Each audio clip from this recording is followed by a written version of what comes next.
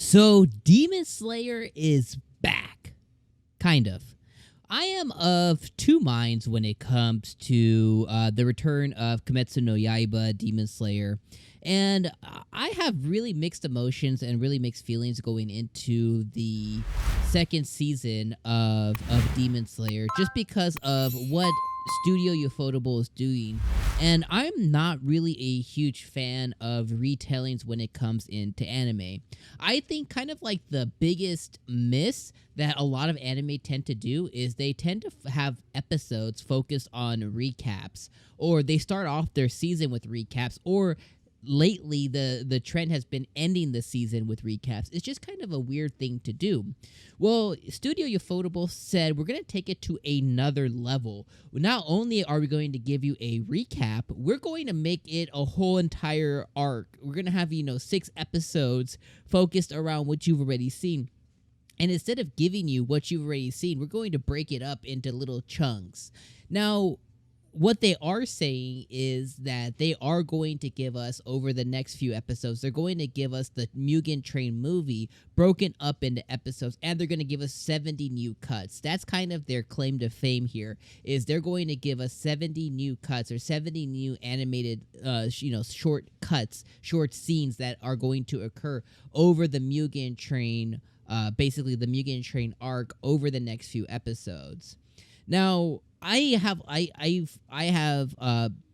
had a lot of disdain for that. During my review or what I'm going to be watching for the fall, I even said like I'm not a big fan of that at all. I was really, and I know you guys were too, I was really looking forward to the Entertainment District arc for Demon Slayer. I thought I was going to come back with a bang and really start, but we're not going to get that until December. So what are we going to do? Am I going to review it? Well, I'm going to review episode 1 here today. I'm going to talk about episode 1.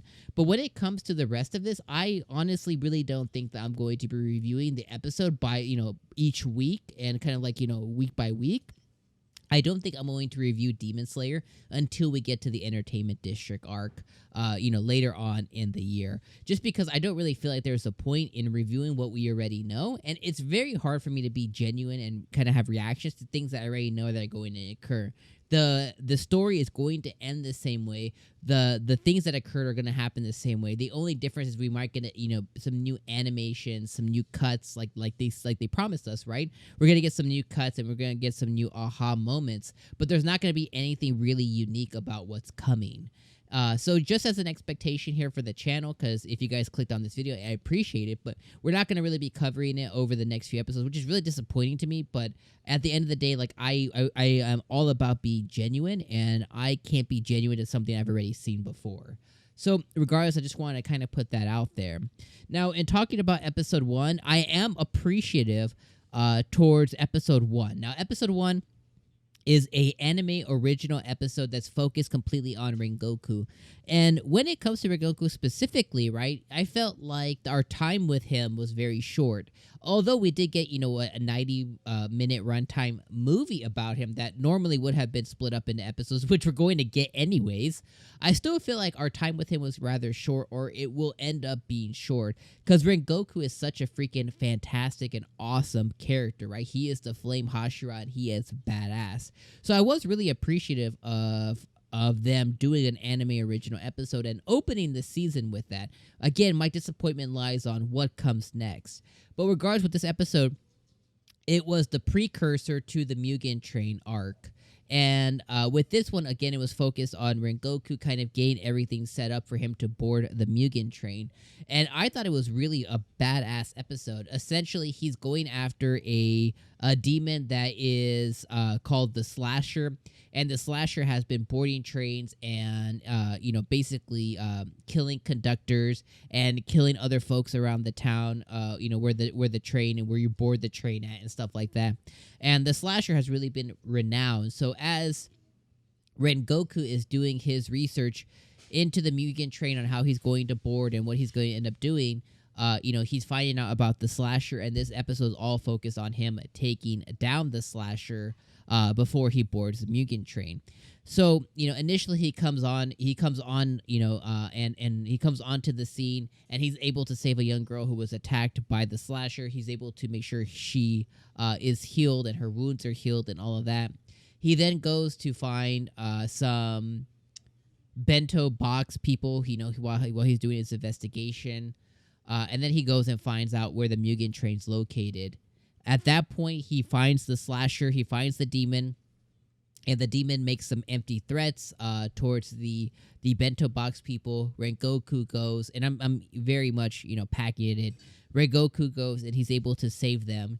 And at that point, there was a very emotional moment in the episode to where the grandma of the bento box place had been saved by his father before. And as we know, as we've been introduced to Rengoku before in his past, we know that his relationship with his father isn't the best, but he still holds his father in high regard. He's a very respectable young man. He holds his father in high regard. So the fact that he's able to be shown kind of what a hero his father was before he had his moment kind of going through what he's going through now, he was able to find out that, yeah, my father was a big hero, and he was excited to say that he's following in his father's footsteps. And it was also awesome for the bento box people to be saved by the lineage of the Flame Hashira, right? By Rengoku's family lineage. I thought that was awesome. They were now able to be saved twice. And now the granddaughter of that bento box place is going to be able to pass that saving, or kind of that story along through her lineage. And maybe down the line, the next generation is going to be able to save them as well. So it's just really cool. And it was just a really emotionally powerful scene. Within here, just knowing what we know now with the really funky relationship that the Rengoku family, that Rengoku's family has. I thought that was really cool to see. Then ultimately, we do get him buying all the bentos, boarding the Mugen train. And as the episode wraps up, we get introduced to all of the characters that are going to be featured in the Mugen Train arc, and then we get to see Tanjiro and Zenitsu and everybody board the train as well, which I thought was really cool. Ultimately, that's really it. Overall, I still think the episode's pretty badass. The Studio Ufotable, they have amazing animation. So the scenes, the cutaways that they have, where they show Rengoku looking at the station and they show him as blurred, like they do, it's just gorgeous, like probably like the most gorgeous art in the anime industry, in 100% honest. I really wish though that what they did for this is, I wish, if they were really dead set on having the Mugen Train featured during this season, what I wish that they did was, I wish that they still opened with this episode, 'cause I thought it was still a really good episode, right? I thought it was a fantastic episode. I wish that they opened with this episode and then had a snippet at the end that said, hey, go watch the Mugen Train arc. The story of Demon Slayer, the next arc will continue on week 3. And then that's when the Entertainment District arc began. So they basically opened with this. They said, hey, go watch the Mugen Train movie on these streaming platforms, whatever Bibli, whatever they have in Japan. Crunchyroll, Funimation here on the West. They said, go watch it on these ones, get all caught up to the Mugen Train. Or maybe they even had one more, right? Look for one more anime original episode on week 3, where we give you a little extra of what happened after Mugen Train in between the 2 arcs. And then on week 4, we get started. I wish they did something more like that, instead of saying, hey, we're going to redo the whole Mugen Train arc and feed it to you. Maybe they just did this cutaway to, hey, go watch that arc. We're going to give you one more anime original that's an in-between the Mugen Train and the Entertainment District, and then the Entertainment District gets started. I feel like they just had, I don't know. I feel like it's obviously all about the money. I feel like they're just milking their fans, and it's just kind of really hard. But regardless, thank you guys for joining on this review. Again, the episode, it wasn't much to review. It was really focused around Rengoku, and it was awesome to see. But ultimately, there wasn't much here. The real meat of this and the reviews are going to start in December, so I hope to see you guys there. That has been the first episode. Really good episode. I hope to see you guys back in December. Make sure you guys watch these videos over here. These are other fall anime. And we'll see you guys in December for the continuation of Kimetsu no Yaiba. Peace out, guys.